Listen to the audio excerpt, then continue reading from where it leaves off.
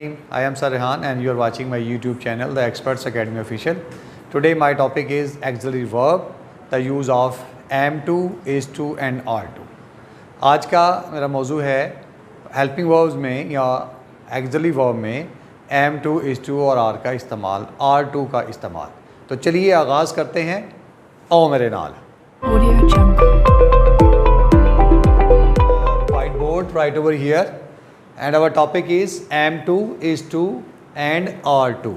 Today we will try to learn how can we use am to, is to or are to in English language.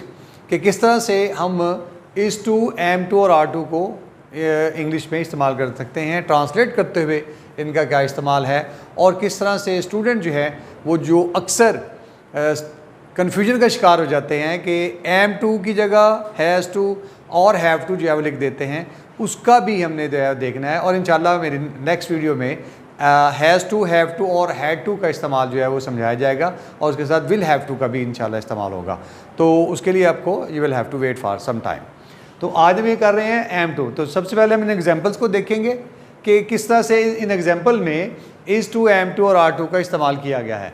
Example number 1 है I am to go to school, मुझे school जाना है.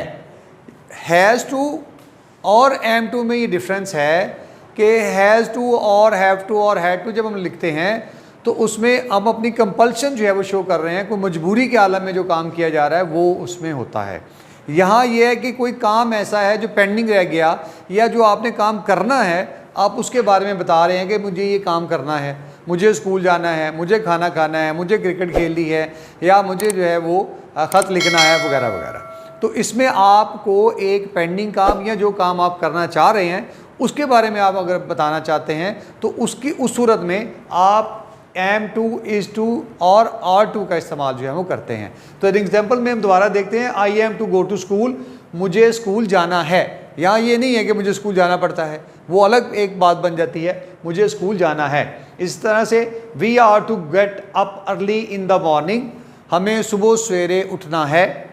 Next है he is to wash his clothes, उसे अपने कपड़े धोना है.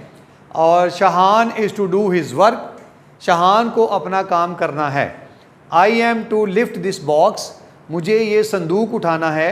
They are to remain indoors, उन्हें घर में रहना है. I am to go there, मुझे वहाँ जाना है. अब इसको नेगेटिव बनाएंगे तो I am not to go there, मुझे वहाँ नहीं जाना है. You are not to post this letter, तुम्हें ये ख़त पोस्ट नहीं करना है, डाक में नहीं डालना है. इसी तरह से है they are to they are to work in the fields, उन्हें खेतों में काम करना है. और he is to go to the court, उसे कचहरी जाना है. Are they to speak the truth, क्या उन्हें सच बोलना है. और are you to sell your house, क्या तुम्हें अपना घर बेचना है. इन सारी एग्जांपल में हमने बात जो नोट की है कि एम टू और उसके बाद आप देखें कि फर्स्ट फॉर्म का इस्तेमाल है. इसका मतलब ये है कि टू के बाद हमेशा फर्स्ट फॉर्म ऑफ वर्ब जो है वो इस्तेमाल की जाती है. आप किसी भी टेंस में काम कर रहे हैं, whatever the tense you are working in, इधर that is present tense, past tense और future tense, you are to put to after first form of verb.